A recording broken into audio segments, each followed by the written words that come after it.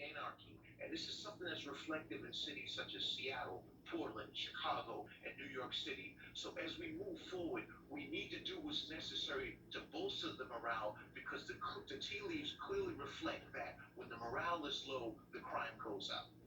Seeming to illustrate your point, I want you to take a look at this. This is the number of resignations, retirements, and filings since May 25th at the NYPD, up 89% from May 25th to August 11th. Almost 2,000 filings to leave the force, where it was just above 1,000 at the same time last year. Dr. Odom, how do you explain this? What has changed?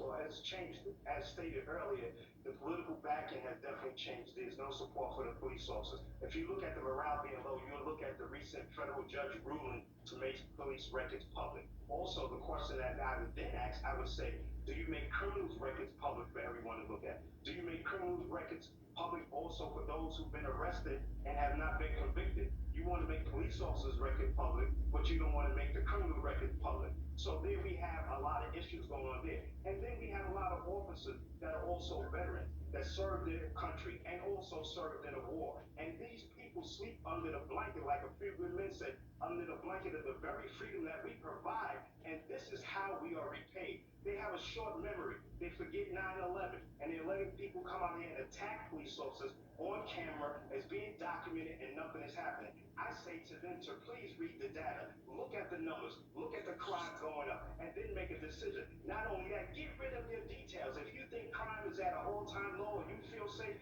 get rid of your police details. Let your protection go. Walk around yourself and walk around in your utopia and say the magic words so you can make it disappear. You know, Joseph, it strikes me that if officers leaving the force is at an all-time high, what will be left? Who will be left that chooses to be a police officer?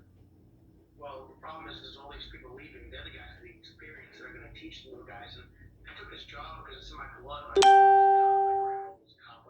In my 15-year career, we had the New York State Bail Reform Act, where detectives are so proud to go out there and catch a bad guy, but they're released back into the streets to make more crimes. We have the diaphragm bill, which officers aren't afraid to put any pressure on a suspect because they're afraid of going to jail. And these politicians and the city council and the mayor selectively enforce the penal law. We swore an oath to protect the Constitution and the people we serve, but they don't allow us to go out there and do our job. And that officer, I gotta give him so much credit because so many officers feel that way, and you wouldn't think it, but the truth needs to come out and things need to change. Yeah, striking. What will be left of our law enforcement offices across this country? Who will be left to police our streets? Dr. Darren Porcher, Dr. Oscar Odom, and Joseph Imperatrice, thank you this morning for your time. Thank you. Thanks, man.